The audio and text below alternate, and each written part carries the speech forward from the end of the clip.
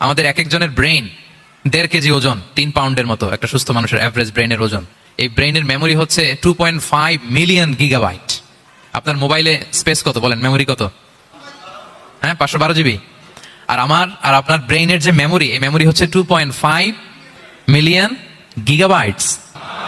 আল্লাহ, এই যে প্রতি মুহূর্তে আমাদের নিউরন কানেক্টিভিটি হচ্ছে, ব্রেনের স্নায়ুগুলো যত কানেক্টিভিটি হয়, যত আমরা চিন্তা করে ব্রেনকে খাটাই, নতুন নতুন জিনিস আমরা তৈরি করতে পারি। এবং এমন ভাবে আল্লাহ তাআলা এমন সফিস্টিকেটেড ব্রেন আল্লাহ মানুষকে দিয়েছে, মানুষ পারে না এমন কিছু নাই। মানুষ যা কল্পনা করতে পারে, মানুষ তা করে দেখাতে পারে। এই জন্য আমাদের কল্পনার জানালাটাকে বড় করতে হবে।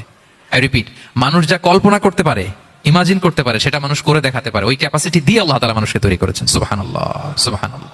লাকাদ খালাকনাল ইনসানা ফি আহসানি তাকওয়িম। এই ব্রেনকে খাটিয়ে মানুষের কত ইনভেনশন, কত ডিসকভারি, মানুষ সভ্যতার পর সভ্যতা বিনির্মাণ করেছে।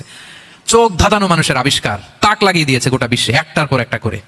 আল্লাহ এমন ভাবে মানুষকে তিনি তৈরি করেছেন। লাকাদ খালাকনাল ইনসানা ফি আহসানি তাকওয়িম। চমৎকার অবয়বে, তার দৈহিক অবয়ব যেমনি সুন্দর, তার বুদ্ধিগত, তার চিন্তাগত, তার ইন্টেলেক্ট, এটাও তেমন সুন্দর, এটাও তেমন চমৎকার।